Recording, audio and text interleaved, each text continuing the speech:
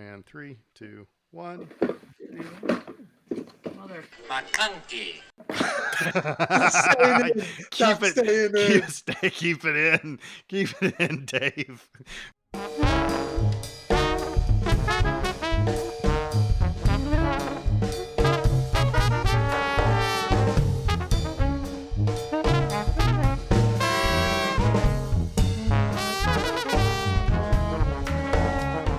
Hey, welcome to another episode of the Who Dat Jedi podcast.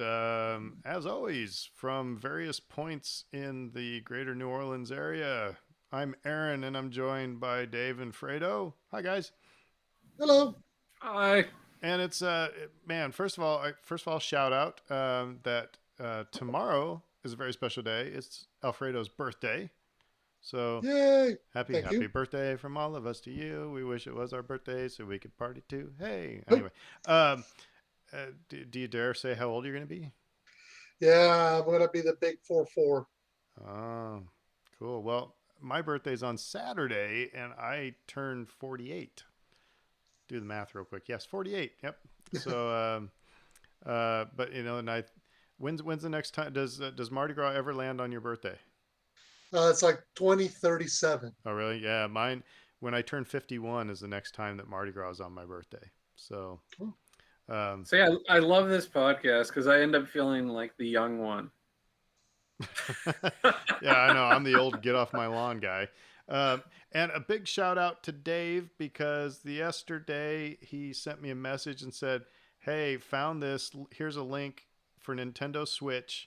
And it is the original Donkey Kong, not the NES, like repackaged, reconfigured, not all the levels Donkey Kong, but like the original Donkey Kong.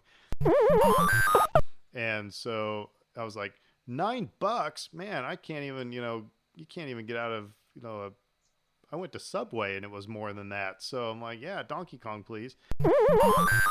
And my wife came out and said, you're not playing Donkey Kong? I was like, well, I started getting really bad, so I had to stop so I didn't get mad at Donkey Kong. So yeah, I was like, conveyor belts. I haven't played conveyor belts forever, so I was so excited. So happy birthday and thank you for Donkey Kong. So anything else going on this week for the good of the order? Fredo just got done with a big meeting, so he's probably going to be swearing through this whole thing.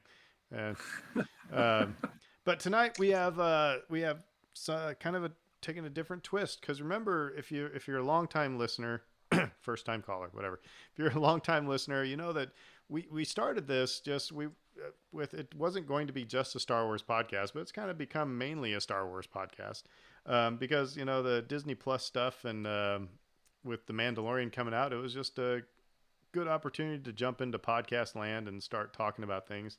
And so tonight, actually, we're going to go back to the Marvel universe, and we're going to be talking about WandaVision, which is a new Disney Plus series. There are 5 episodes in, and we figured we're halfway through the season, so we're just going to talk about kind of the madness that is that series. But as we are going to start off, though, we do have some news. So there is some Star Wars stuff. So if you're only a Star Wars fan, don't turn it off. So we're going to talk Star Wars right now. Kick it to Fredo with the news. Okay, so first things actually, speaking of birthdays, we had a couple of big Star Wars birthdays. This just happened within the last week. First of all, on February 3rd, Warwick Davis celebrated his 51st birthday. Everybody, and then just yesterday, happy birthday to one and only Mr. John Williams, 89 years young. Oh my McConkey. Yeah, and that about gave me a heart attack. I mean, I literally gasped because it was like I opened up Twitter and the first thing I see is John Williams is trending, and I was like, that's when I realized. At first, I thought he was dead. I mean, when you see an old celebrity trending, it's like that's the first thing you go to. And like I told both of you, I realized I am not ready for that one. I'm not ready for that one. Just later in the day, Christopher Plummer passed away, and his name when he was trending, and you're like, so that's what you're trained to expect, not happy birthday. But I'm glad it was for that. Which reminds me, I still love this. When I was at Celebration 2, and the guy who played Uncle Owen in A New Hope. He was there signing autographs. He was really, really old. And at one point, I walked by his table, and he was laying down on the ground, just out cold, with a sign on him that said "Not dead, just sleeping." So, but anyway, yeah. So happy birthday, John Williams. But yeah, I about had heart failure over that one. So, You and know, Ward it Davis. reminds me of an interesting story, or at least interesting to me, wherein somebody was this was after Carrie Fisher died, and somebody was gauging my response to that, and it was tough. But I said, what'll be for me is when John Williams passes, because it was just like so, just such a fan. Like, and his work is so important to me. And then the reaction was like, dear Lord, no, that's not allowed to happen. It's like when somebody starts speculating about like Betty White or somebody, Yeah. it's like, no, no, no. I mean, we gotta be fair. John Williams from '75. I mean, I was gonna say through now, but really the peak of his prowess, whatever. He scored Jaws, Star Wars, Close Encounters of the Third Kind, Superman, Raiders of the Lost Ark, E.T. His music was, and I think I've said this before, was the soundtrack to every '70s and '80s kids' dreams and fantasies. When you play with a lightsaber, you had in your mind John Williams' music. When you pretended to be Superman, you did it with, you did John Williams' music. So, I mean, and even through the '90s with Jurassic Park, the 2000s with Harry Potter, I mean, the impact that he's had on several generations of just movie fans, genre fans, it's impossible to understate. But yeah, and try to imagine the Star Wars saga without his music. You can't. It's Yeah. it's kind of like the Family Guy thing where he says, "Oh, great, now we got to do this thing with who was Danny it? Elfman. Danny Danny Elfman." Elfman. Yeah. Yeah, we said, But, what? Mhm. oh no, you go ahead. Not just gonna say, Uncle on Peru, John Williams, and the Yeah. whole The- him and the London Symphony Orchestra's dead and burned. Oh, great! Now we got to finish this with Danny Elfman, yeah. and it goes to Danny Elfman. It was Yeah. perfect. So yeah. Well, thank God it was just his birthday. So somebody put John Williams in the bubble. Anyway. Next bit of news. Actually, the less of the other bits of news this week have been all about nominations for awards because it's kicking up to be award season. So, The Mandalorian was nominated for Best Television Series in both the Golden Globes, so the Hollywood Foreign Press nominated them, as well as the Writers Guild of America for their awards nominated The Mandalorian for Best Drama Series. Ludwig Göransson was nominated for outstanding score for TV production from the Society of Composers and Lyricists. And then the Screen Actors Guild nominated the Mandalorian stunt team for Best Stunt Ensemble in a comedy drama series for the SAG Award. So I imagine it's just starting now, but it's only going to continue on through that. The way that the last season of Mandalorian hit both critically as well as commercially is just going to get recognized like crazy everywhere. Yeah, and that's interesting because I'm just sitting here thinking that the thought that popped in my mind is like, is it that good of a show? You know what I mean? It's is it just so much in the zeitgeist that we gotta nominate it for things? And I'm not leaning one way or the other. I'm not saying that I don't like it. I'm not saying it's not deserving or anything like that. But that's just the thing that pops in my head is like, well, any award show, it's like what makes that movie better than this movie over here? But of course, that's the layman. I'm not in the making of movies business. So So just to tell you what the other shows that it's nominated against for in the Golden Globe. So it's now one of five with The Mandalorian, alongside Netflix The Crown, HBO's Lovecraft Country, Netflix Ozark, and Ratchet, which I'm not sure which streaming service it's on. So it's interesting that they are recognizing, first of all, streaming services are where the biggest shows are now, and genre sci-fi horror is what's getting, and historical stuff is what's getting recognized right now. So there may be a recognition that maybe the last year was a bit different, and stuff like the Mandalorian was doing new and different things. Well, and that's the thing is unpopular opinion, and don't at me, but I'm gonna say a hard truth here. Um, one of the biggest we've talked about it before. I'd like to see, Star Wars start getting awards beyond special effects. But let's face it. A New Hope is not a new story. It is not really all that well written. It's not really all that well acted. But it was such a new retelling of the hero's journey and just a breakthrough in special effects. That's why it's. But I mean, when it comes down, it's not going to win best drama. It's not going to win best actor. It's not going to win best actress. It just isn't. But Slight tangent here. Just we're talking about New Hope. We had a New Hope episode where we were like, this was a near disaster, this movie. Yeah.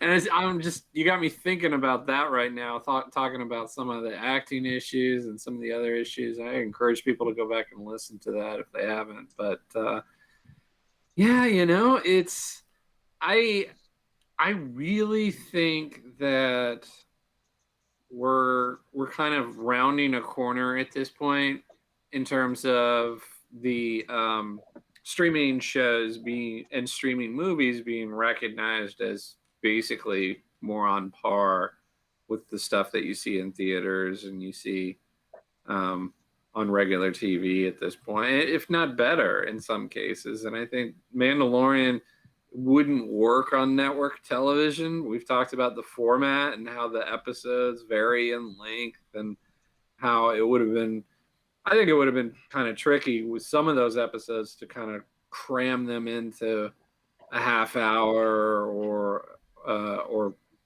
stretch them out to an hour if they needed to. It's like, I like that they have the creative freedom to just make the episode as long as the story dictates. And to kind of jump off of that point, Dave, I think one of the things that we're seeing, it's right now, just right now with the sequel trilogy and The Mandalorian, these are the creators that grew up in the shadow of Star Wars. They grew up with Star Wars as an influence. And not just, whether it's Rian Johnson or J.J. Abrams, Dave Filoni, whether it's, Gareth Edwards, all of these guys, and also people like, women like Deborah Chow and Patty Jenkins, they grew up with Star Wars. Star Wars is what popped in their heads and, populated their dreams. And so to me, it's interesting that in some ways, we might be getting to a point where we get the Star Wars products or projects that are going to be nominated for best drama, that might get best picture nominations, because you're going to have creators like Taika Waititi, who already won an Oscar, working on a Star Wars movie. Or, Good. you're going to get creative forces who know how to do drama, who know how to do action, but they're going to want to do it within the Star Wars framework. And I think that's what excites me and intrigues me more, because it's going to be jumping away from what we know, but it's also going to still carry that torch of it being Star Wars. That is the benefit to like getting away from the Skywalker trilogy and like the handcuffs in a way that like you have to do it a certain way and it has to tie into all the other movies and you have to do this and that. And we talked about how The Mandalorian is just such a drastic departure when it started out. It's telling a different kind of story, a more human-focused drama, which is just very, very micro in scope as opposed to macro and the galaxy affecting. And this is less of that. And that frees you to do so much different things, so many different things.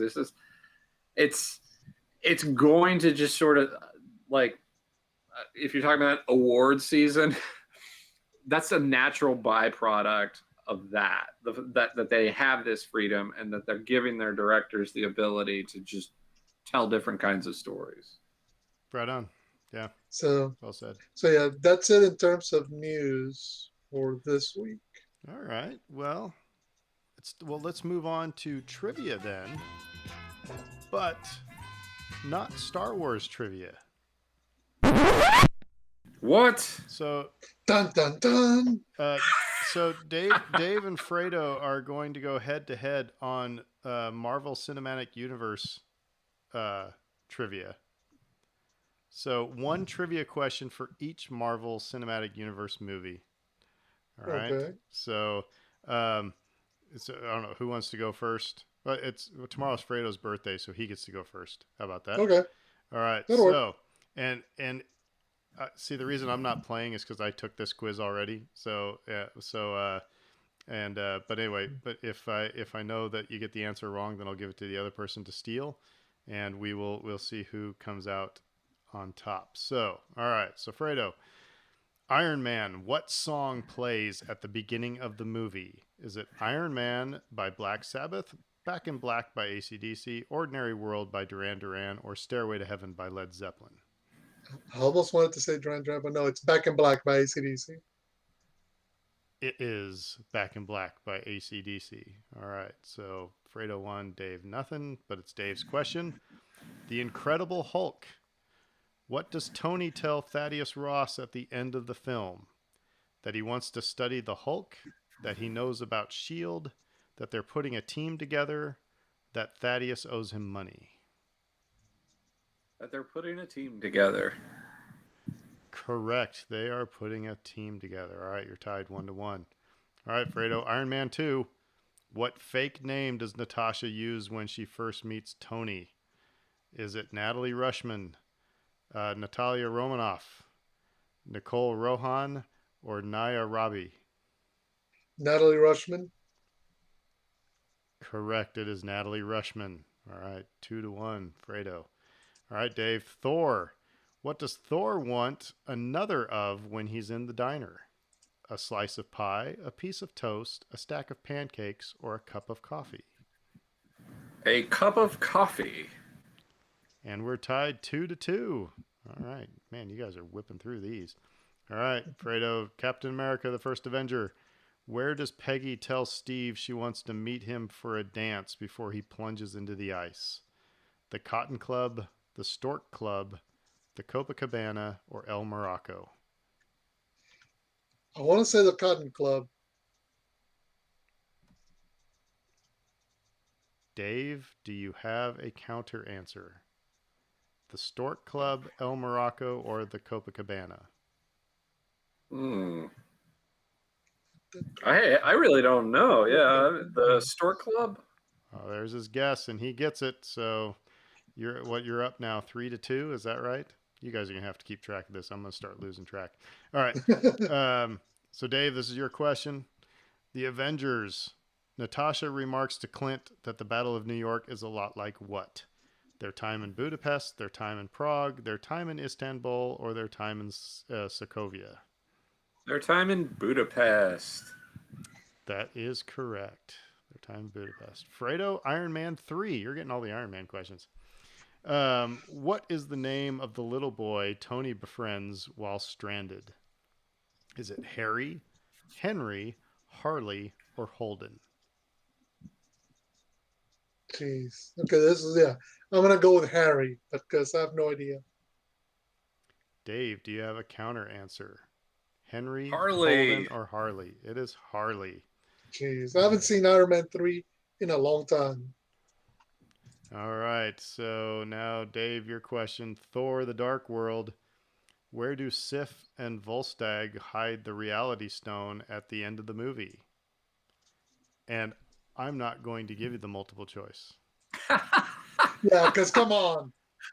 It's they hide it with the Collector. That is correct. That is correct. They hide it with the Collector. The other options on here was on Vormir, in a vault on Asgard, or inside Sif's sword. All right. Fredo, Captain America, the Winter Soldier. Where does the Winter Soldier say after... Oh, sorry. What does the Winter Soldier say after Steve recognizes him for the first time? Who's Bucky? He says, who the Makanki. was Bucky? Yes, sir. Mm-hmm. All right. Dave, Guardians of the Galaxy. What were the 3 items Rocket claims he needs in order to escape the prison? All right, I won't make you guess this one. Is it a security guard, a fork, and an ankle monitor?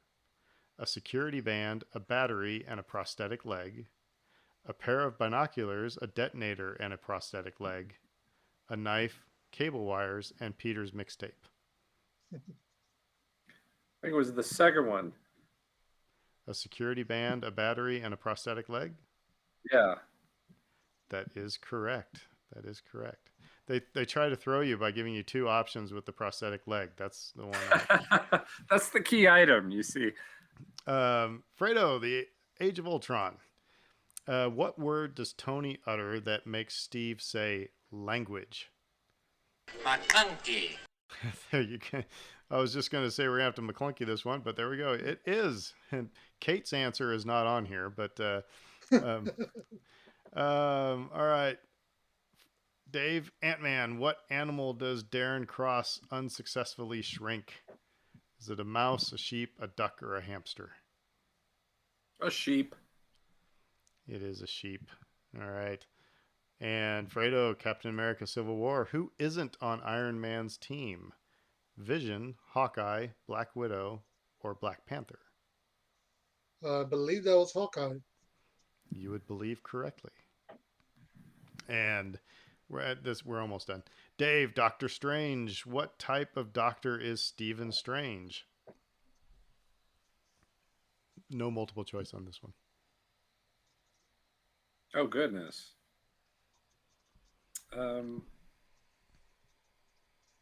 he's like a neurosurgeon or a trauma surgeon or some mix thereof. Oh, you're going to have to choose one of those two. Yeah? One of those answers is correct. I'm going to say neurosurgeon. Oh, you chose correctly. All right. You chose wisely. Fredo, Guardians of the Galaxy Volume 2. Finish this line. I'm blank, y'all. Superman, Underdog, Peter Pan, Mary Poppins.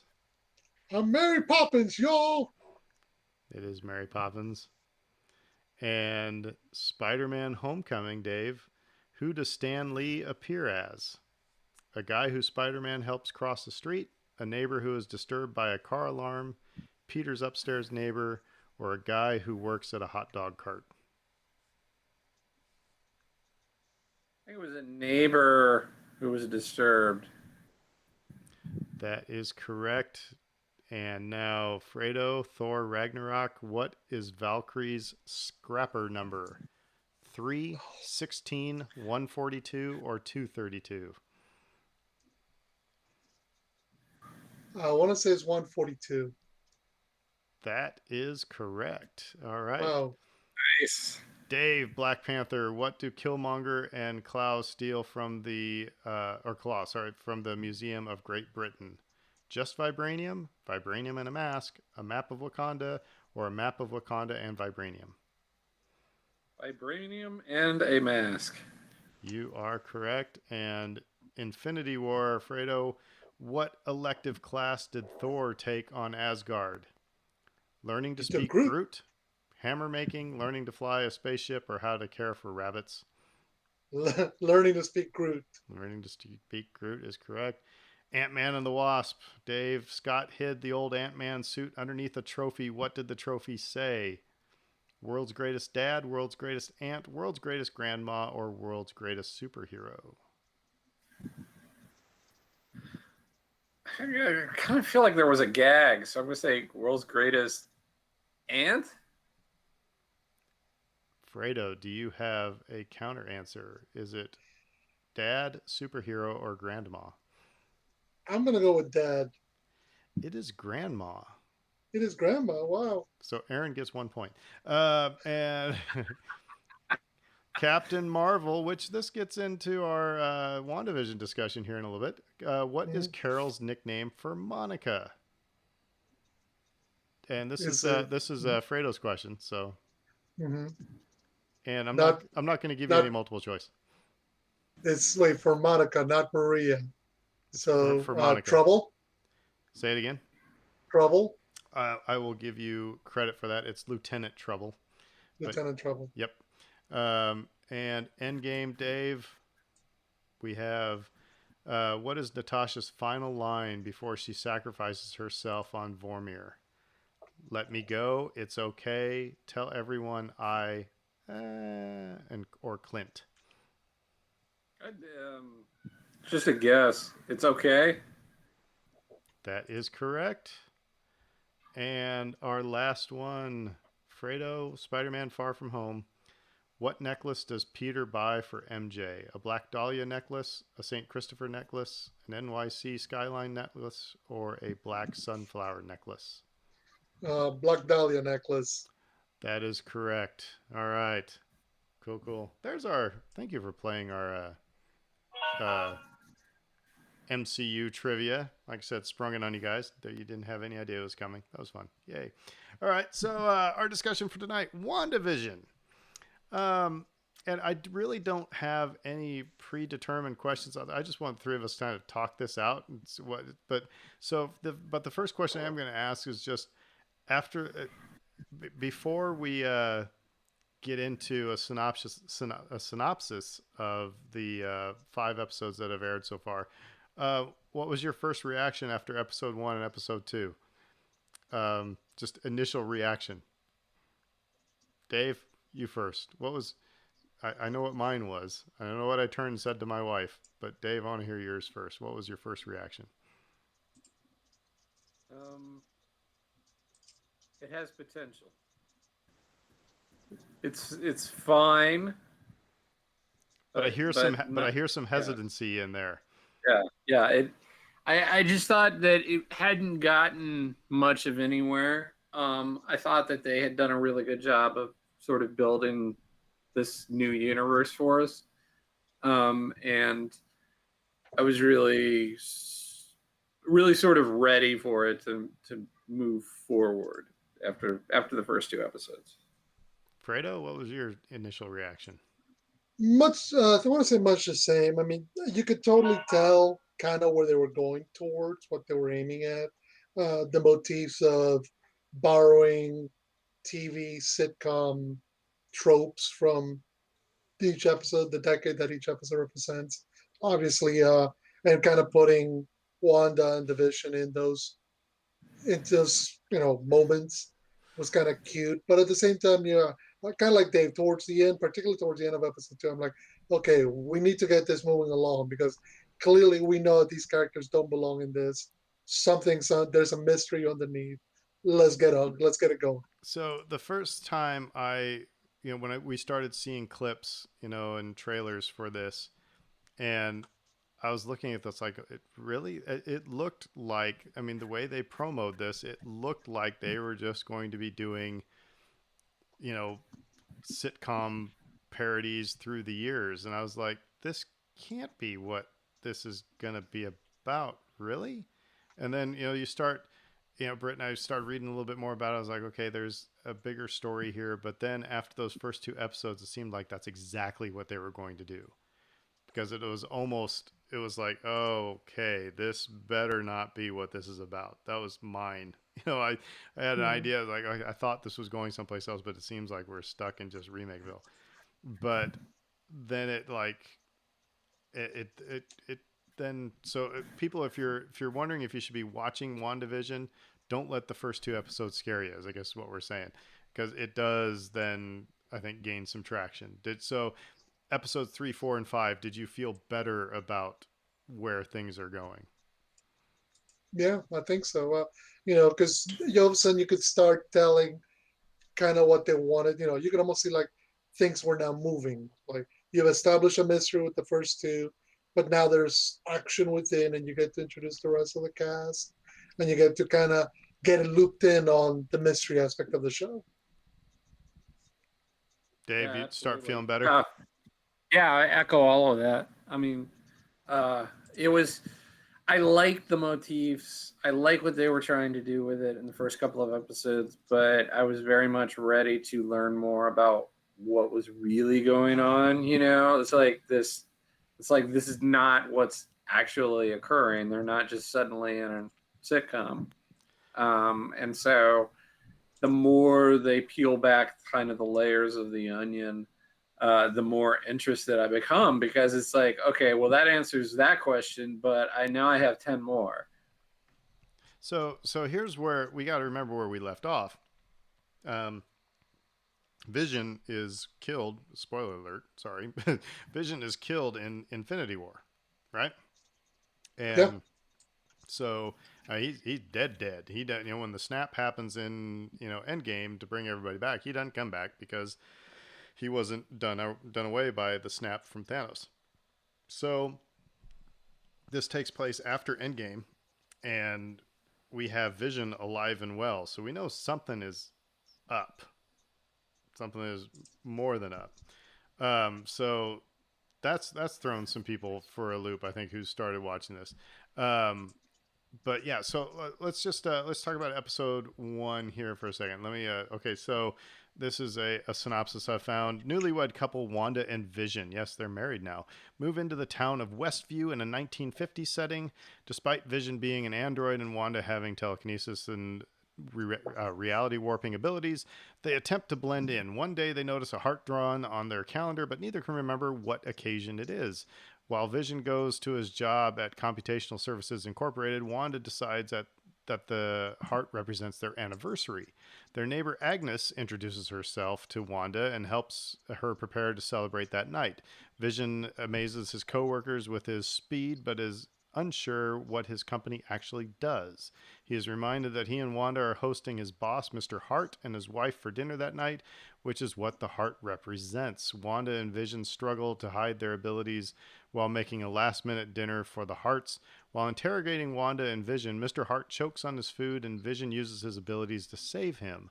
All of this takes place in the fictional sitcom WandaVision, which someone is watching on a television. And we'll talk about the commercials that are in these as we go along. So yeah, there's your first episode, 1950s, and that is a synopsis. I mean, like I said, that was like, I remember after watching that episode, I was like, seriously, this is what we're at? But the one part of it that was really interesting was when Mrs. Hart was reacting to her husband choking. Hmm. And it's like all of a sudden this fun, lighthearted, you know, sitcom that you were watching, this Dick Van Dyke Show remake, got tons serious real quick and uncomfortable.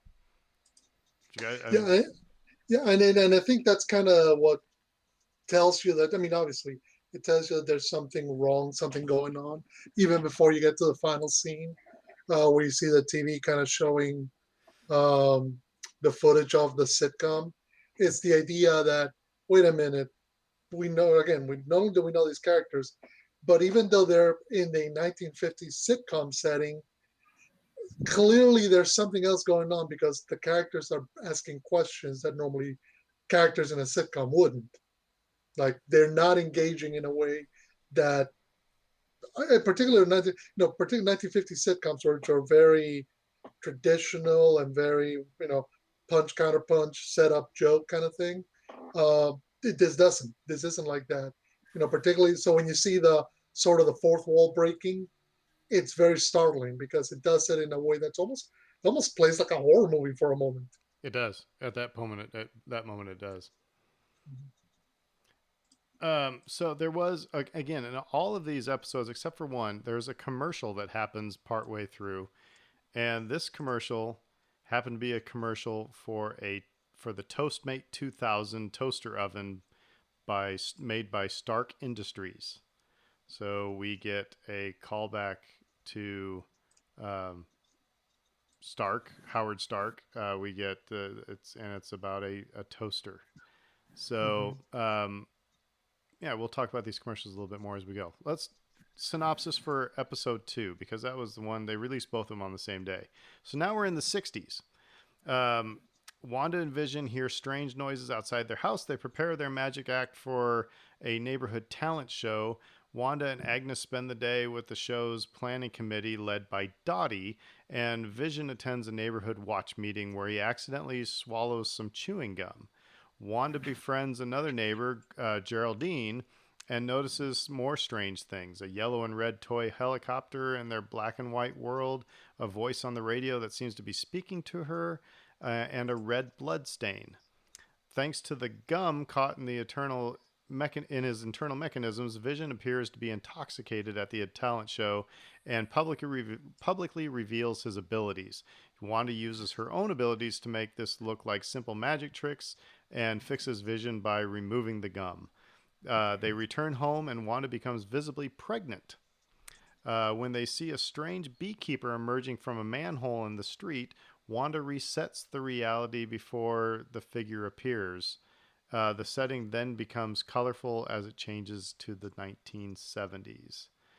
So some weird stuff in this movie, especially all the for the children. You know, they're doing a fundraiser for the children. But do you notice what you don't? This is giving away the last episode or the fifth episode, but you never see any Nope. kids in Westview. Right. This is where they start dropping some hints this episode. You have that. You have the incident with the blood on the hand, which I think I have a theory about that we can talk about later. You have the there's certain logos that start appearing Well, in you this see, episode we can as just say well. it. That you see the sword logo. So, Right. do you guys want to say what what sword is? And because this is for MCU people, or Marvel people, they know what sword is. But just go ahead. What is sword? So Uh, for go ahead. No, I mean, it's essentially a version of Shield. It's different. It's a different entity altogether, but it's kind of the same concept. This organization that is its purpose is to sort of unite, um, mount a united defense, but it's more focused on outer space rather than earthbound threats. Yeah, basically that's it. It's a nano. It's a forget the word for when you shorten a letter It's an word acronym. Yeah. title, an acronym. Thank you. It stands for Sentient World Observation and Response Department, and basically, yeah, it's the Earth space version of Shield. So Shield focuses on terrorism, counterterrorism, threats on Earth. Sword focuses on threats from outer space. So now the commercial that happens in this episode is a commercial advertising Strucker watches, and that Which name Strucker was the Hydra dude that was responsible for uh, basically making Wanda and her brother. Quicksilver, right? Yep. Yep. Wanda and her brother, Pietro, who were test subjects of Baron Strucker. We meet him at the start of Age of Ultron. He's the guy who's got the staff. He's got the little monocle Mm-hmm. in Sokovia. And I don't think he lasts long beyond that movie. I think Ultron kills him. But again, calls back um, to Wanda's past. So, and Dave's got some theories about the blood. We're going to come back to that here in a little bit because I just want to get through the next little synopsis. That's episode 3, Now in Color. In the 1970s setting, Dr. Nielsen checks on Wanda's pregnancy and says that she's 4 months along and everything is fine before leaving for an intended holiday with his wife. While Vision sees Nielsen out, he sees his neighbor Herb unknowingly cut through their wall with a hedge trimmer type thing. Wanda and Vision paint a nursery while debating what to name the child before Wanda's pregnancy elevates to 6 months. When she begins contractions, her abilities begin to move things in the house and eventually shut down the entire town's power. Geraldine arrives and helps Wanda deliver twins Tommy and Billy. Vision catches Agnes and Herb gossiping outside. They talk about Geraldine, who has just arrived in town and does not have a home or family. Inside, Wanda interrogates Geraldine after the latter reveals that she knows Ultron killed Wanda's twin brother Pietro. Spit it out. Pietro. Wanda notices that Geraldine is wearing a pendant with a sword emblem on it. When Vision returns, Geraldine is gone. Outside of Westview, Geraldine is cast out from a wall of static and is surrounded by sword agents. And the commercial during this program was for Hydra Soak bath powder. Hydra, yeah. Yeah, Um, Hydra. So initial reactions to this. Again, this is where you talk about the fourth wall. This is where the fourth wall literally breaks down. Yeah. Because Geraldine starts to all of a sudden she references Ultron, and which sets Wanda off. Um, and then at the end of the episode, we see, and it's really cool what they do. I like what they did with the aspect ratio Mhm. when she gets chucked out, and it goes to the, because I remember I asked Britt, I said, something up with our TV, did something break? I mean, because all of a sudden it was, I just noticed it was a box instead of the regular landscape type of a thing. But anyway, yeah, so we had like a lot of fourth wall breaking down here. What'd you guys think of this episode? I think this is the episode where kind of things kind of begin to kind of kick off and come together, so to speak.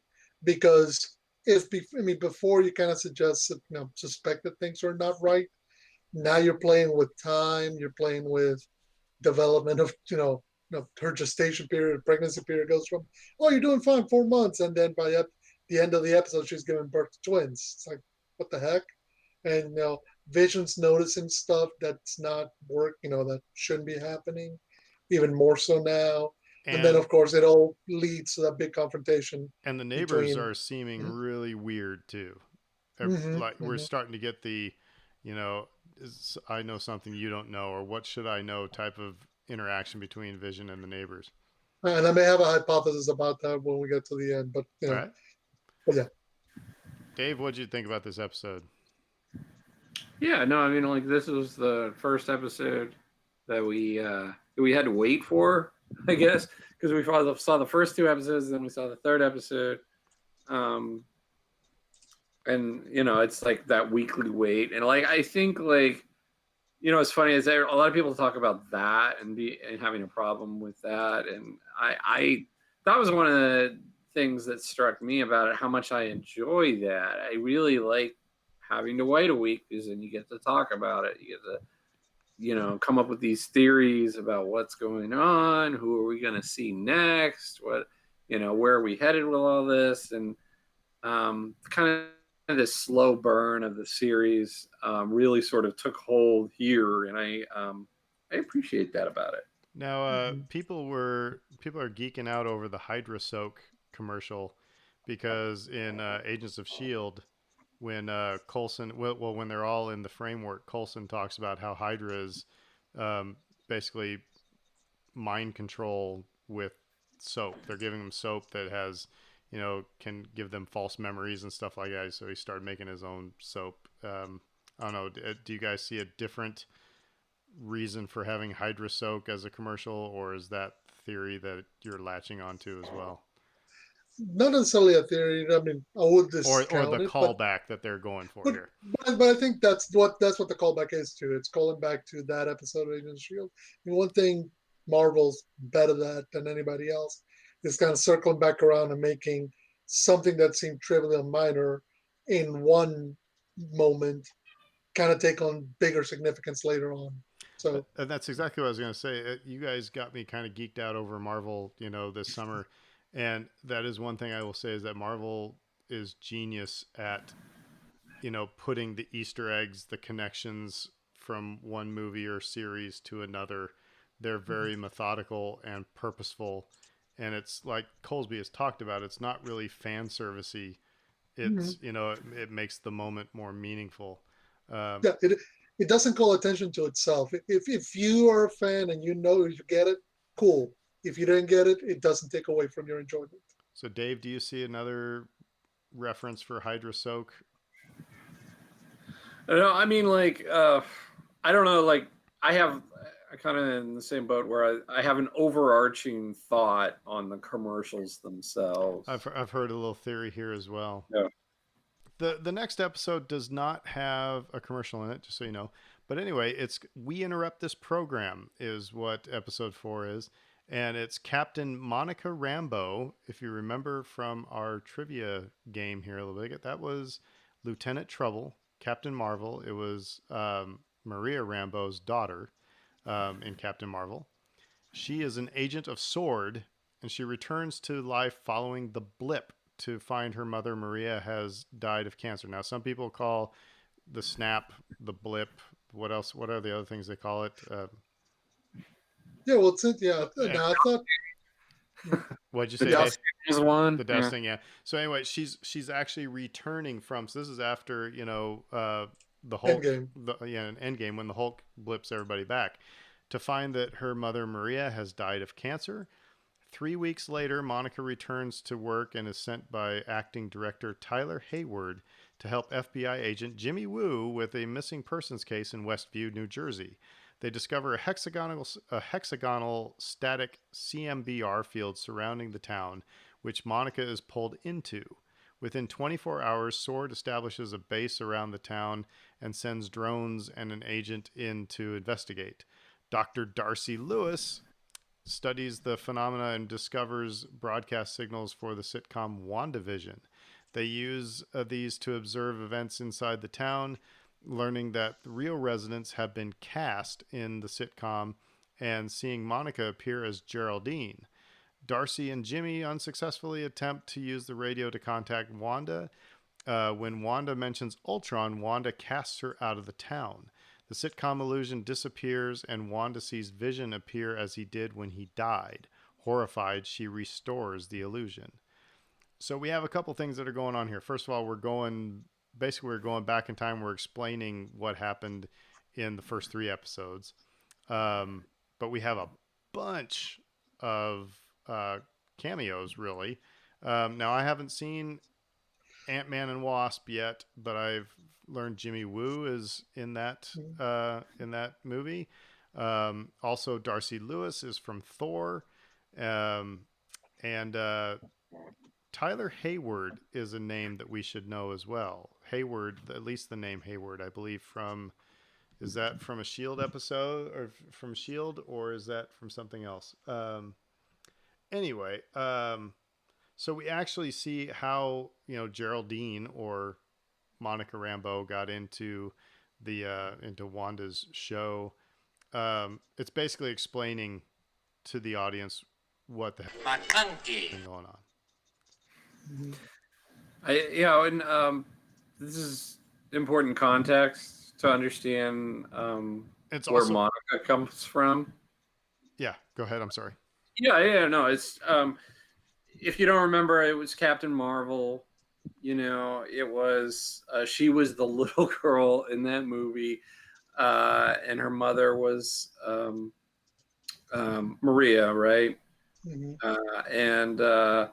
And kind of the lady who helped Captain Marvel in that movie, and so obviously Captain Marvel made a big impression on her because she followed her mother into a career working within the military and the governmental complex, so to speak. So that's important context. And then, like you said, you're introducing these other characters too, Jimmy Woo and Darcy. And it's nice little moments with them too. It's like some of these characters didn't really get a chance to breathe in these other pieces of work. Darcy's a great example. She's kind of this one-note comic relief, and then you see her here, and she's a doctor, and it's like, whoa, good for you. Like this is a nice little thing. But yeah, you get a lot of explanation here about like what happened, why did Wanda freak out on Geraldine in quotation marks. Well, I mean, this whole thing is from the perspective. The whole thing is from the perspective of everybody else except for Wanda, right? Mhm. The thing that I found really interesting the way this started was, and it's what Britt and I have talked about. It's like what happened when the Hulk snapped everybody back. It's like, Right. just the chaos that was going on in this hospital, people who were suddenly reappearing, and Monica Rambeau is one of them.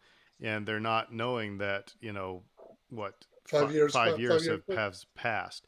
And, we're also talking what happened, people who are on a airplane and Thanos snaps them out, did that airplane crash? And so did the airplane disappear as well? Did all the people on the airplane disappear? Did they fall to their death? You know, there's all these things that make you think what happened. And it's not like this happy Endgame makes it seem happy. Like, here's everybody is back. Yay. But it was like, this was a traumatic, just probably as much of a traumatic event as the original dusting. One of the interests, yeah, and actually what it reminded me of, I don't know if you ever got a chance to see the Daredevil Netflix series, Aaron, No. but one of the things that it did, particularly in its first season, it tied the underground mob dealings to the contracts for repairing New York after the Battle of Avengers 1. It's an interesting thing because it's all these subcontractors and contractors and all these companies, and they're all there's reasons. There's obviously comic book reasons why some of these people are involved, particularly when you involve organizations like the Hand. But what's intriguing is that they took something that happened in an MCU movie and used it as a springboard for, well, how come the Kingpin is able to all of a sudden, it's the one who's distributing all these contracts and is wielding all this power, in many ways similar to how a mafia boss would in a real life world. And I think that's something that WandaVision kind of takes on here.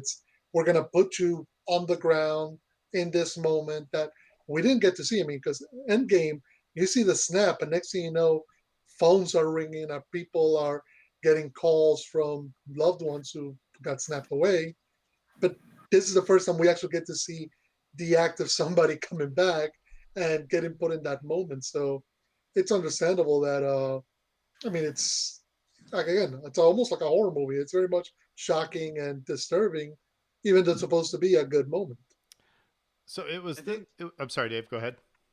Well, you paint yourself into a corner. We always talk about this. You make a storytelling choice, and then it sort of dictates where you're going to go from there. And it's like when they decided we're going to do this snap because we want to have that moment occur in our movie where Thanos wins, and then we have to figure out a way to kind of undo it without undoing it. Like a way to sort of let the heroes feel like they've emerged victorious in the sequel, but not just let them skate through consequence free, basically. And so, like, it made sense. Like, Endgame was a 3-hour movie as it was. There's no way they were going to tackle all of this stuff. Like, what are the actual theoretical, Right. concerns and logistics here? It's like there's no way they didn't have time to do all that. So it's like it's kind of heartening that they're not just going to ignore that.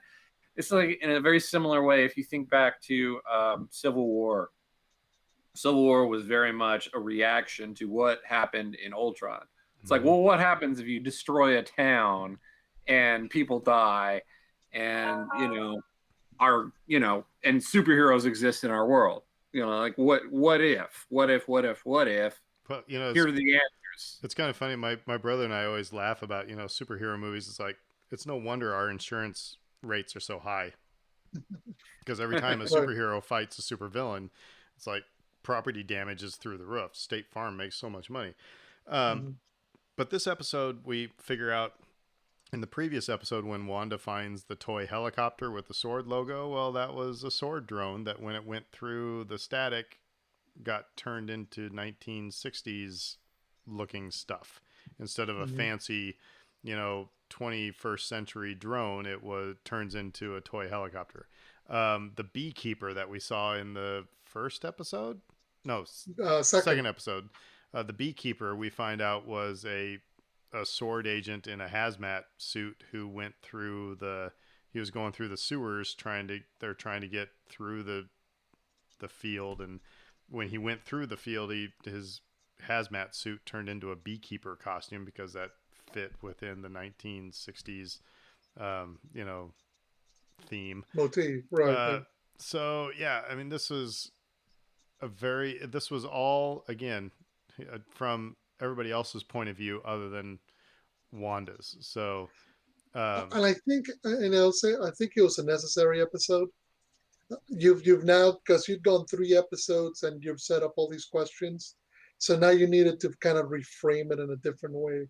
And this is the episode that allows you, because you're bringing Darcy, you're bringing Jimmy, you kind of explore the idea of, okay, there's, I mean, with the fact when Jimmy pulls up and the state sheriffs are like, no, no, it's Monica pulls up and Jimmy's there, and they're being, the sheriffs are like, there's no such thing as Westview, New Jersey. You're like, there's a sign right there, and I know what you're talking about. Dude, it's right So behind you. Yeah. exactly, but and it's played somewhat for laughs, but it's also the idea of there's something going on here. We've seen it from one perspective, the perspective of Wanda and the Vision. Now we're looking at it from a different angle, and we can see that it's not just in their head, so to speak. It's actually something's going on. Now the oh crap moment for this episode was when Wanda turns around and it's dead Vision with the The Mind hole in Stone his head. out in the hole in his head, and his eyes are. It's the way he looked, like I said in at the end of Infinity War. So that was creepy as all get out. But we're also starting to see now at this point that hexagon is very important, and maybe we'll talk about what maybe why is the hexagon important. So that was episode 4. Episode 5, we're back. Now we're in the 80s, and we're back in the TV show, really.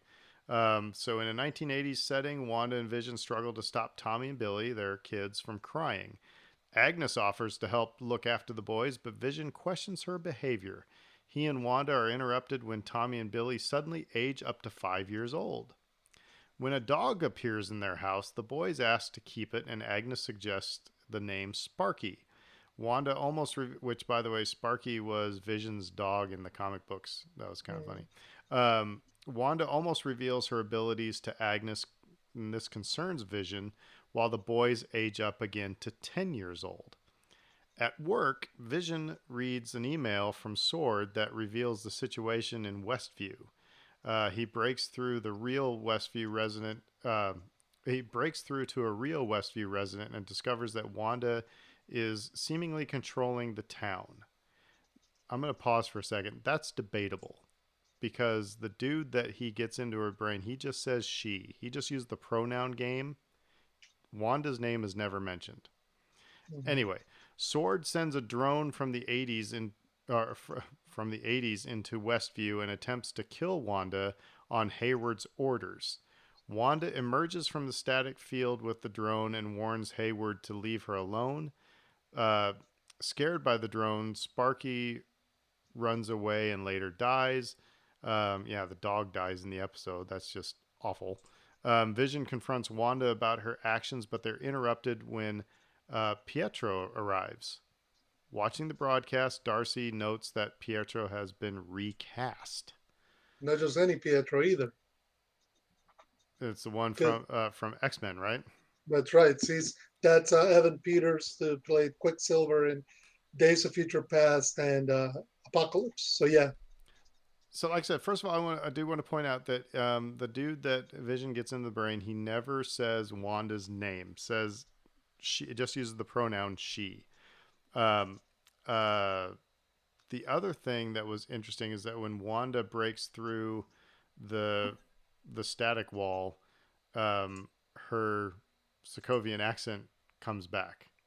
She sounds like my conducting professor who was from Transylvania. I mean, every other time she's got this thick American, sitcom accent. So, I don't know. Can I address that? Go for it. With the accent thing, like, my wife is fond of saying that her Southern only comes out when she's mad. Mm-hmm. Yeah. And Wanda was very mad in that moment. But yeah, the appearance of her brother, especially because the kids say, tells mom to stop death. Mm-hmm. And she's saying, this is when Wanda's saying you can't stop death, which then it's interesting because Vision's alive. When Vision confronts her, if I was really kind of interesting, when Vision confronts her towards the end of the episode, she tries to run credits to just kill the conversation. Which is an aside. That would be a great superpower for ending arguments before they start. Yeah, no kidding. Now, by the way, the commercial during this program, it advertises Lagos paper towels for cleaning up a mess you didn't mean to create, I think is what the Mhm. tagline was. And Lagos is the town where she um, inadvertently killed a lot of civilians. Um, that In was Civil during War. Winter Civil War or Winter Soldier. Civil War. Yeah. Okay. Beginning of Civil War. Now, all right. So let's talk about real quickly. We'll come to the cameo at the end here.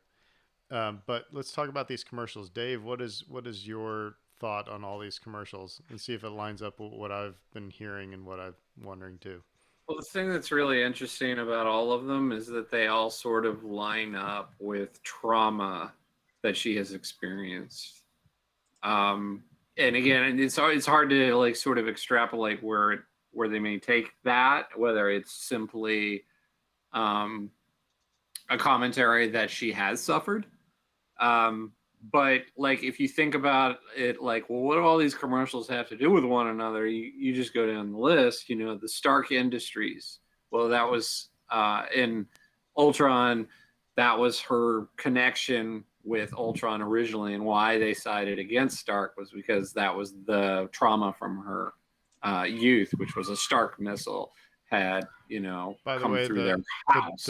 the drone in the very last episode they tried to kill her with was had Stark Industries written on it. Right. Anyway, keep going. Yeah, no, that's a fun little detail. But then Strucker was the as you said was the individual who experimented on her, and did all of these experiments and sort of recruited her into this semi nefarious uh, organization, which was Hydra, which was the next one.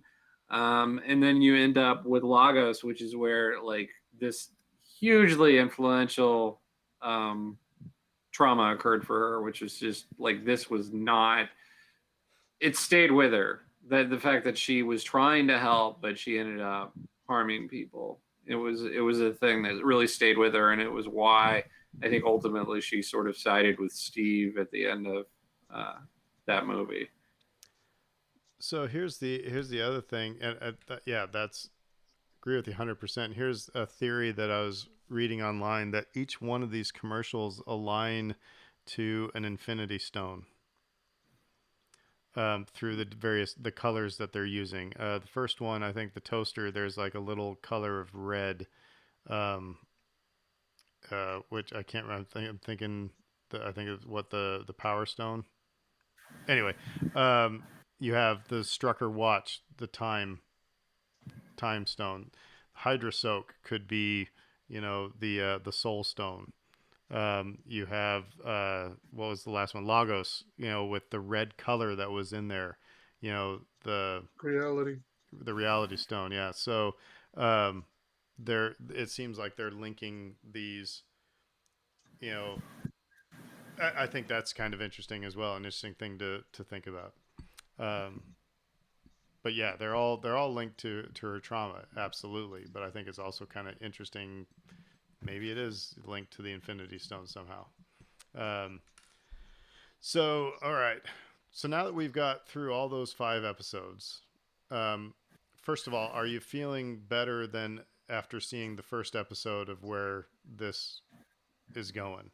I will say personally, um, now I'm back to Fridays. I can't be on Twitter because people are wanting to spoil what happened on WandaVision. Um, this is so my wife and I are very much like our Mandalorian routine now, where it's like Friday after work we watch WandaVision. Because yeah, they've got me hooked. After the first 2 episodes, I was like, this better go somewhere, or I'm going to be really ticked off. And now I'm like, yeah, I'm locked in. They got me. I don't know. You guys did anything? Are you invested now? Yeah, I think so. It's understandable. I mean, this is where you know the idea of getting the entire season all at once versus getting it weekly has voices on different sides. Because I wonder if in some instances people would have been less dubious about the state of the show if they'd gotten it all in one fell swoop, you know. But then I also wonder if people would have stuck with it no matter what. I think that what's interesting is by the fact that it gets released weekly now, and particularly the last couple of weeks, every time you're right. You wake up in the morning, you look on Twitter, everybody's talking about it. I mean, last week's big final moment when Pietro turns up, and it's Peter from X-Men.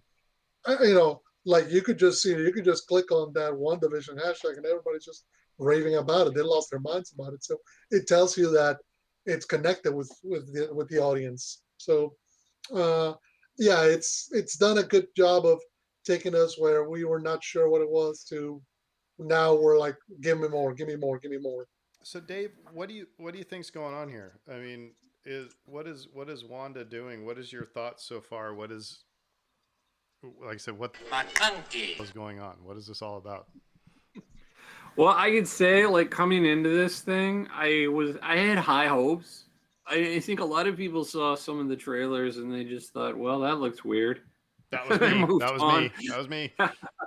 And like, I'm like, okay, so a little bit of familiarity with the comics is actually helpful in this case because her story with Vision is not a happy story. And I want to pause you there for a second because I will warn anybody who hasn't seen this. If you haven't seen any Marvel stuff, I haven't read the comic books, but I've done a little bit of research since watching this, just trying to figure out what's going on. This is not the entry point for the Marvel Cinematic Universe. Would you guys agree? I would agree. This is Yeah, this is diving into the deep end with, not a lot of water down there and a couple piranhas. Anyway, go ahead, Dave.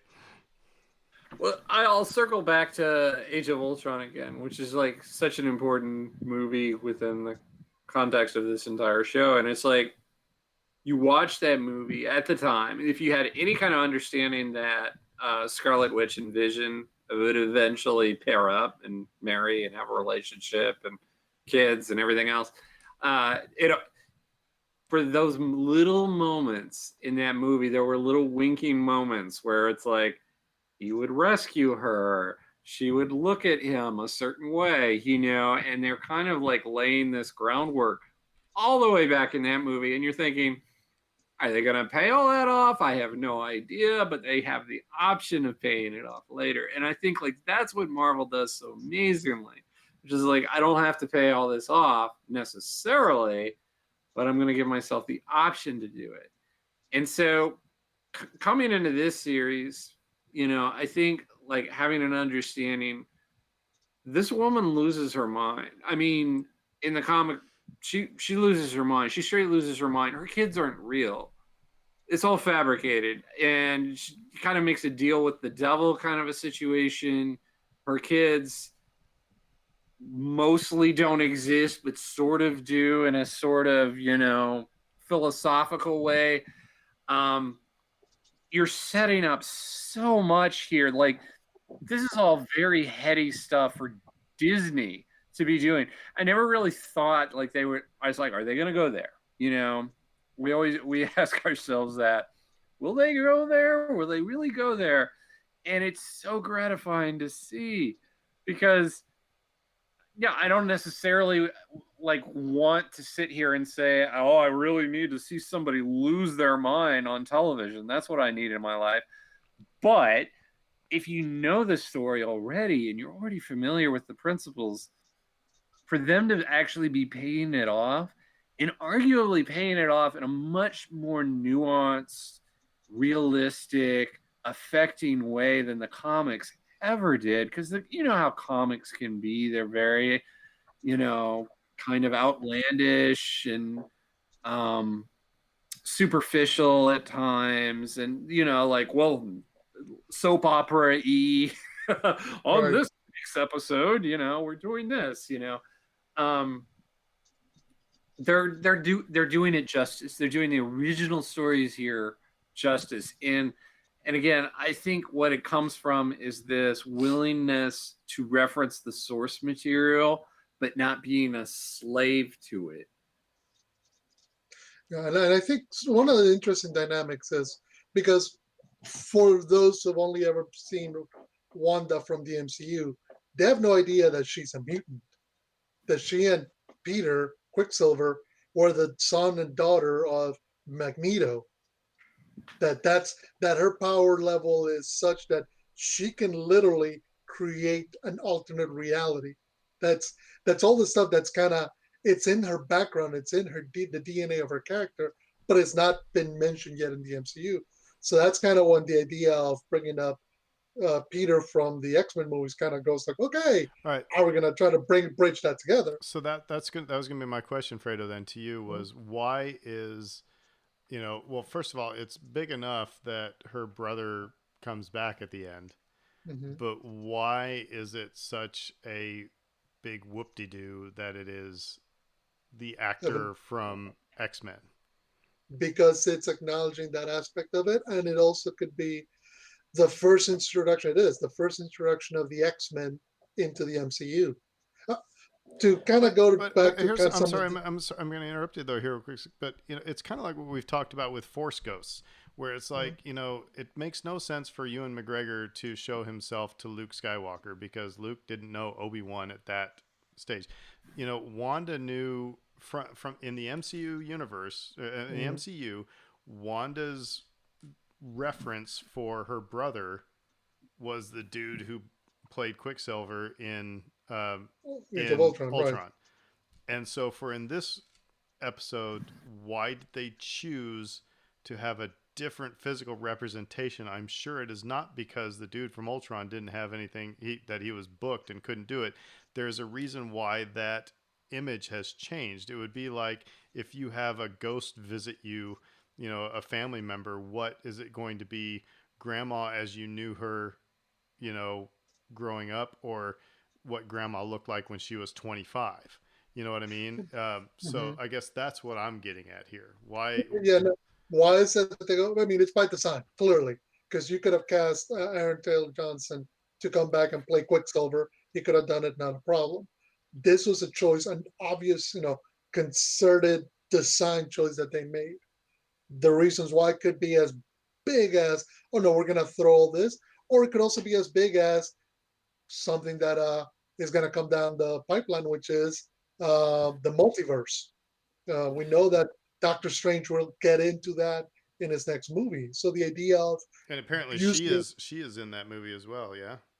using her to introduce the concept of multiple alternate realities, one where that is her brother, and one where her brother that she knows died in the Battle of Sokovia.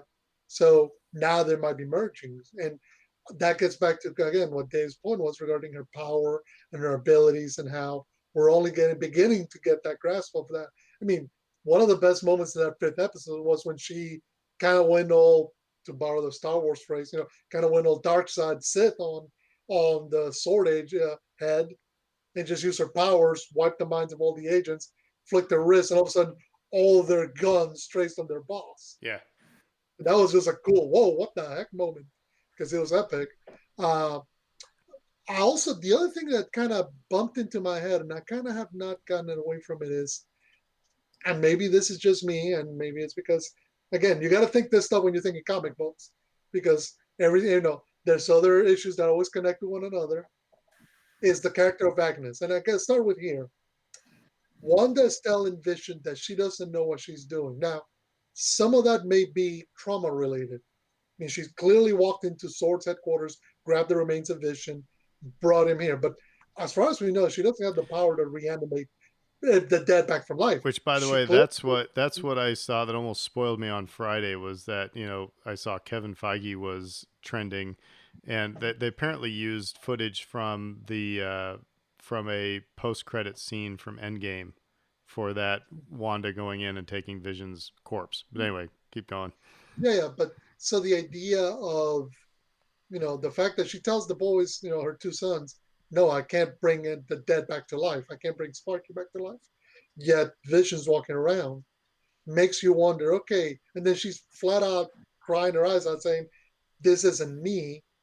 Leads me to believe that while she may be getting manipulated, and then I go, well, who has the power to manipulate her and make it appear like Vision's back from the dead and all this other stuff?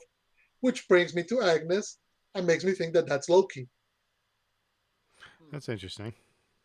Because we know that Loki's coming. He's got his own series coming down. There is a female version of Loki called Lady Loki, in the comics from when he's kind of swapped genders. Because again, got his mischief, he can take on any shape. So if he's somebody, and that gets to the point that you say about the commercials and the Infinity Stones. If you're somebody, I mean, the last time we saw Loki, we saw him with the Tesseract getting away. He could very well be looking to ask, to get manipulate Wanda into punching holes into the multiverse to try to get the Infinity Stones back for himself. And the crowd goes silent. I circle briefly back to multiverse, and before we start getting into some more theories here, Mhm. I think that's clearly where we're going. Like that's the bigger point. The X-Men tie-in is like such a nice thing for fans because again, for people who aren't aware, 20th Century Fox held the rights to all the X-Men characters. Disney didn't have the rights to any of that. And then they bought Fox, yeah. And so they're now under the same umbrella. Disney bought out Fox, and so now the speculation has been, when are the Fantastic Four going to show up? When are the X-Men going to show up? And this is the first nod, other than an announcement that a Fantastic Four project is actually in development. Other than that, this is the first, I guess, on-camera nod to the fact that they own those characters now, and so that's super exciting, right? I just think that's kind of a misdirect in what we're dealing with right now. I think the bigger story is that it's about the multiverse. And if you look at the next projects that are coming up, not just Doctor Strange, the new Spider-Man film is going to be dealing with, by all these casting rumors, it's going to be dealing with the Tobey Maguire Spider-Man universe. It's going to be doing with the Andrew Garfield Spider-Man universe, as well as the newly established Marvel one. So things are going to go crazy sideways here very shortly, and it remains to be seen how much of it you can sort of pin on Wanda, and how much of it is beyond even her control. All right, I have two things.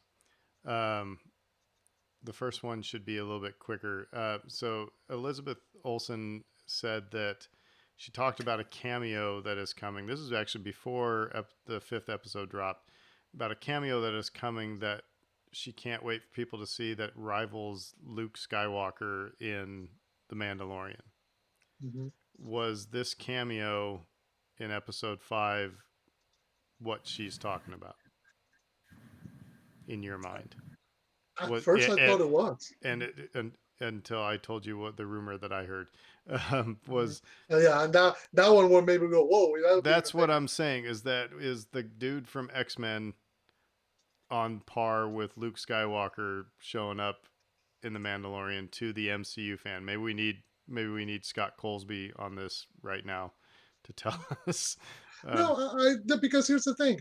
Again, it's not only his character, but it's what he means. It's what he brings.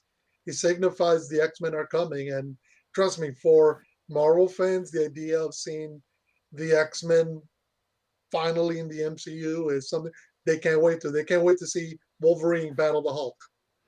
Now, Dave, did you think this cameo is what she was talking about? I think so, because of the timing of it. She says this is basically a day before the new episode drops. I think she knew the next episode was coming, and so that's why she said it when she did. Well, and the rumor I heard, and if you don't want to hear this rumor, everybody, just fast forward about a minute or so. Can you fast forward a podcast? Sure. Sir Ian McKellen, Magneto. That would probably be on par with a Luke Skywalker, but and would make sense since he's her daddy. So, and it makes sense, kind of like I said. It's what's interesting. MCU Wanda and MCU Pietro got their powers from Strucker and his experimentation. X-Men, Wanda and Peter got theirs because they were mutants, children of Magneto. So it does bring up the point of, if we see Magneto in this, will she recognize him as her dad, or will she think, who's this old dude? So my other question was, because one of you, I think Dave, is you, when it was the episode where Agnes and the other neighbor were gossiping, and he was accidentally cutting through the wall and stuff like that. One of you said you had a theory about that, or maybe about the people in town. Who was it that said that? I don't know if it was me on the specifically with the wall thing, but I can say um, we're kind of at a point now where most of the participants in this fantasy aren't aware of, or at least aren't in control of their own actions within this. It's essentially a giant play. It's a TV show. They don't have any sort of control, as we saw with Vision and his coworker on this week's episode. So it's like, well, who actually has been able to cut through the fog and sort of act independently so far? It's Agnes, his neighbor. I'm blanking on his name at this point, but and then the girl, the woman who sliced her hand open and bled all over the Dottie, place. yeah. Yeah. And they're the ones those are the three players right now who are sort of unaccounted for in terms of, like, who are they really? Yeah. What is their role here? Because everybody else is sort of a pawn. With Dottie, I have a theory because of the blood thing that she's a member of SWORD in some capacity, because you see the color bleed on screen with the helicopter earlier in that episode, and it was a SWORD drone.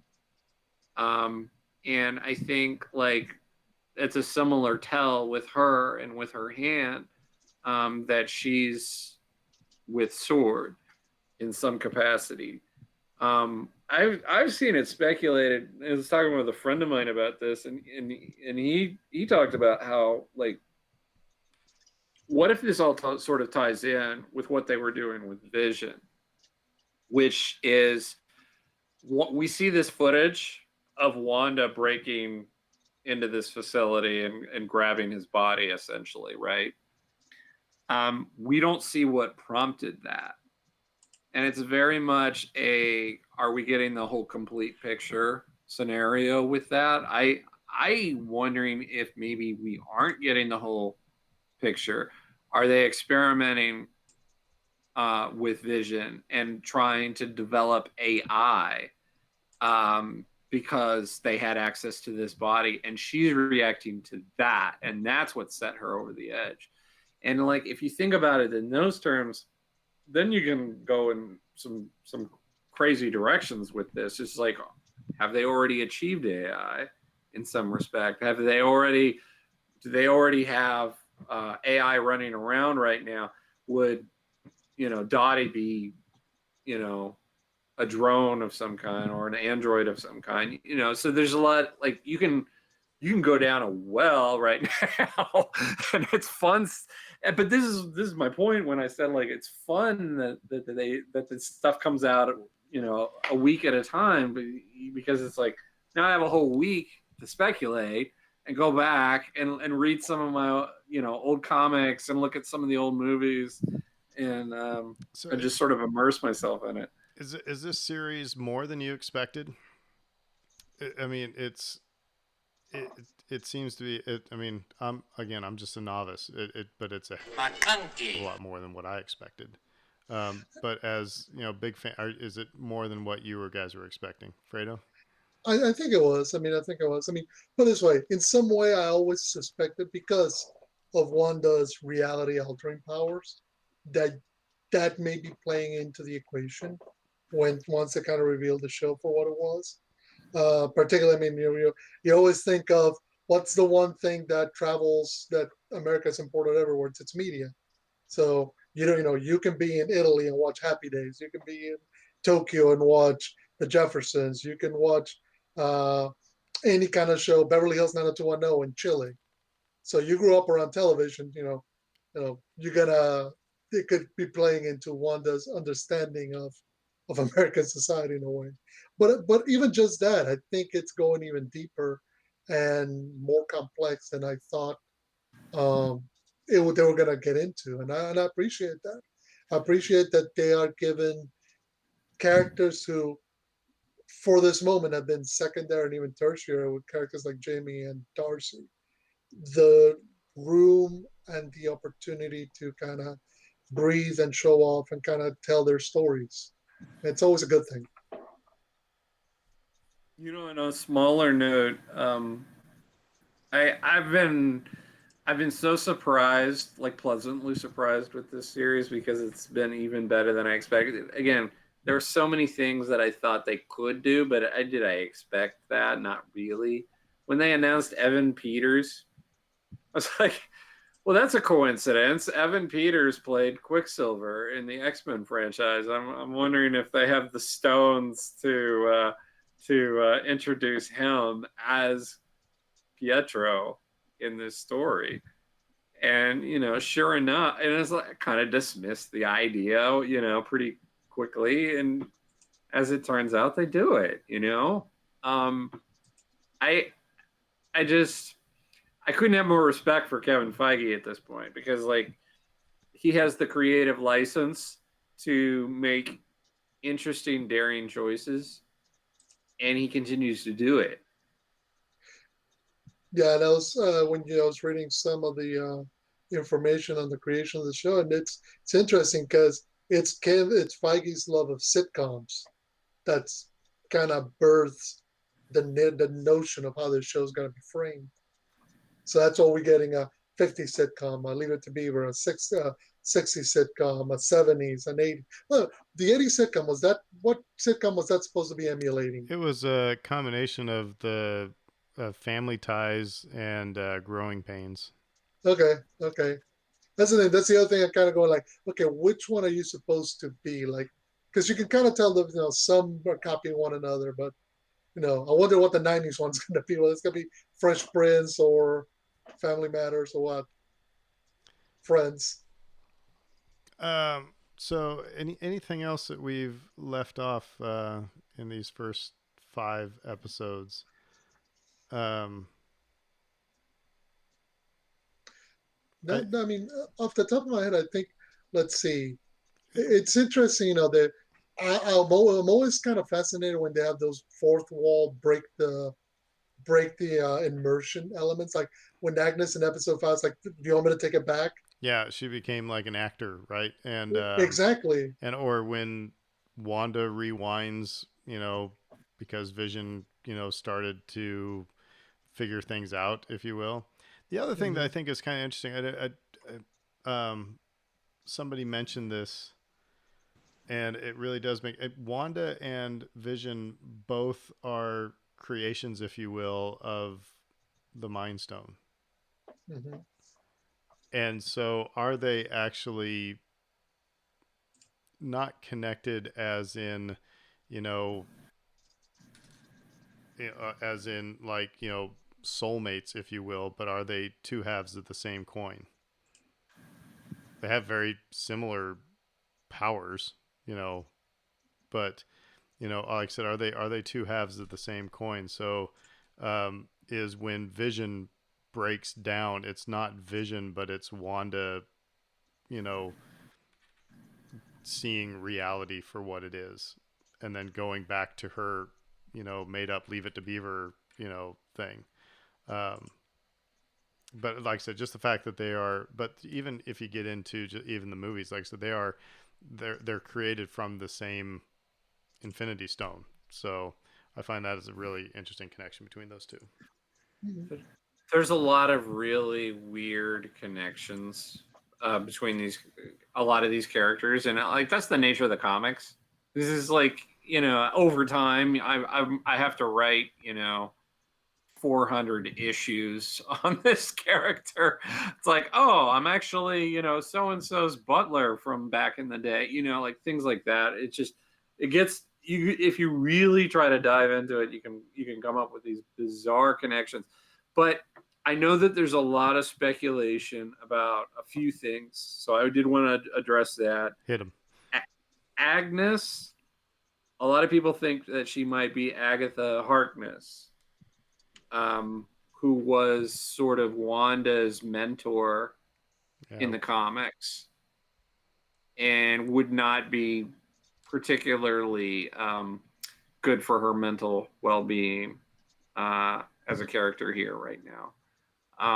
Likewise, a lot of people, when Evan Peters joined the cast, said that he would be playing Mephisto rather than Quicksilver. So it's very possible that he's just sort of appearing as Quicksilver here, and that he's actually Mephisto, and it's really sort of, he's the devil essentially, which is heady stuff for like a Marvel property. It's like, we're at the point now where we're going to literally manifest the devil on screen. Like, can you imagine that? Like when we saw Iron Man for the first time, and it's like, no, right? This is very real world stuff. And now it's like, we're all just going along with, oh yeah, of course it's the devil, but that might actually be where we're headed. And again, after Doctor Strange, Doctor Strange for me was sort of like the litmus test. Like once you achieve that, it's like, okay, you can do anything now pretty much, because you got a freaking Dormammu and all these alternate worlds and everything, and everybody just went along with it. It's like, okay, so yeah, go ahead. No, I was gonna say, and in some ways, you always got to remember that we're talking comic book creations from the 60s, 70s, 80s. I mean, there's comics are weird. Comics are weird, and created by all kinds of weird out there people, and people know, like Doctor Strange is from the mind of Steve Ditko, and the dude was out there. And that doesn't get into some of the stuff that Chris Claremont did for the X-Men. So it's interesting. You're right, because once you let the door in for Doctor Strange and all the elements that he brings, you can do everything. You can have some of those celestial beings that we're gonna see in some of the movies coming up, and elements like the Mandarin, the Ten Rings, all of a sudden don't seem that far fetched. Whereas in 2008, you couldn't have done them. So it's gonna be interesting what they do next. And then the quantum realm, kind of like, this sort of mystical thing with like the different, dimensions you can get to through the quantum realm, and like they're gonna open that door up to Kang the Conqueror. Mm-hmm. They've cast Kang the Conqueror at this point. So it's like, gosh, all this stuff, they're masters at this. I'm gonna tie this movie into this show, which is gonna tie into this, and I'm gonna get everybody to watch it and get really agitated and excited. And there we go. But one last thing that I wanted to bring up too, we had Ram in this. I don't know if it was the 5th episode or the 4th episode. You had what? She You said, froze up. You froze up there. You had what? Oh, I'm sorry. Rambo at one point says, "I'm going to call my friend." Oh yeah, engineer. An aerospace engineer, right? Mm-hmm. And we have Fantastic Four coming up, and we have a potential Reed Richards crossover with that. I want to throw that out there, and it's, might happen.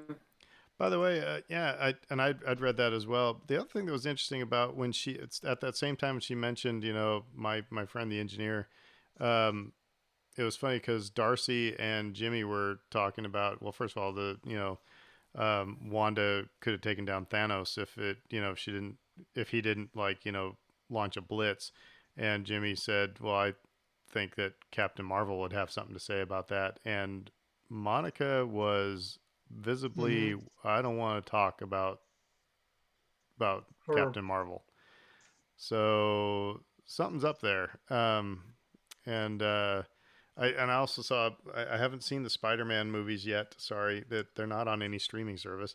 But there's a post-credit scene, apparent or a scene in there that where Nick Fury is even kind of down the mouth about Captain Yeah. Marvel. Well, what's interesting, the well, I don't know if that was trying to remember because I find the post credit scene at the end of Spider-Man: Far From Home is uh, Nick Fury's out in space with the Skrulls. Yeah. So you're like, wait a minute, what? How that? You gets revealed that the Skrull from Ben Mendelsohn played in Captain Marvel 1 has been walking around pretending to be Nick Fury, but apparently he's doing it on his behest. So yeah. So there's a lot of stuff in this series. It is not what they really they kind of pitched it as it was looking like Wanda and Vision playing Leave It to Beaver. Mm. But it is, and again, it is not your entry point for this is you have to do some of the summer reading and you gotta do some legwork to understand what's going on because otherwise I don't think it's a necessarily a show that like my dad would sit down and like enjoy. You know what I mean? Without having seen any of the Marvel movies. So I constantly say that when I critique them. It's like, oh, I wouldn't watch Endgame first, because logically you wouldn't want to do that. You would get so much less out of the story. But then I hear people that are like, well, I didn't see any of the other movies, but I watched Endgame and it was great. So I guess you never know. But yeah, like honestly, if you've listened this far and you really haven't taken the plunge yet with any of the Marvel stuff, yeah, just start at the beginning. yeah, Start with Iron Man. do the work like I did. Mm. Um, I mean, and it's easy to do. That's the other thing. 99% of it is on Disney Plus. yeah, You can just spend on next holiday weekend just and binging. Dave, you brought up a really good point. This is really interesting. Just on a tangent to all this, is that Disney not being just the Mickey Mouse Club anymore. Even Mandalorian, kind of pushed a little bit on the violence and gore. We've talked about it, but this is really, I mean, I could see some of this WandaVision stuff giving your kids nightmares. I mean, just seeing dead Vision with the hole in his head, or, you know, like I said, crap, they killed the dog off in the episode. I mean, there's a lot of things that, um, like I said, hats off to Disney for not making this all just like I said, Saturday afternoon, you know, watching some cartoons. Mm-hmm. Um, so that's impressive as well. Well, all right. I think we've exhausted our conversation on at least the first 5 episodes of WandaVision. We'll talk about more in coming episodes. Maybe not the entire episode, but we'll just maybe have to make this kind of a what happened on WandaVision this past week. Um, so yeah, if you're in the New Orleans area, obviously there's not going to be nothing to do this coming weekend. So Mm. no place for you to go. Might as well not do anything. Just go to Total Wine, stock up, and have your just. I so this is kind of funny. I was telling somebody this back when I was a kid. I remember it was 4th of July and it was just pouring rain, and so we had all these fireworks. They couldn't light off any fireworks or whatever. And our neighbor was sitting across the street in his garage in a lawn chair and just lighting ladyfingers and throwing them out onto the driveway. So like bang, bang. It's like that's what Mardi Gras is going to be like this year. We're just going to be sitting on our porch, drinking a beer and just watching the world go by. But at least we'll be healthy. So Yeah, it's interesting because I've had the Mardi Gras where the weather doesn't cooperate, and weirdly enough, I don't think the weather was meant to cooperate this no, year. not this year, man. It's going to be sucky. It would have been awful to be standing outside in the cold rain, waiting for floats to come by. There's Mardi Gras where I've been like, okay, we're just chilling at home. That's it. That's what we're doing, and that's valid. That's a valid Mardi Gras. Whole point is to do what you want to do, and so if that means doing nothing, hey, that's all right. But everybody quit doing stupid stuff so that we can all do stupid stuff together in a healthy way, you know? So, Mm. But with that, anything for the good of the order before we sign off? Oh, obviously you can find our tell your friends that they can find our podcast about anywhere you can get podcasts. Hit us up on Twitter, Facebook, whatever. If you want to talk about what you think about WandaVision or Star Wars or anything like that, just anything nerdy, hit us up. We all need a diversion from time to time. But other than that, I think we will just say who dat. Who dat? Who dat? Thank you, Drew Brees, for freeing up $29 million or whatever it was. Yeah. Until then, we will see you next week. Have a good week. Stay healthy. Bye. McConkey.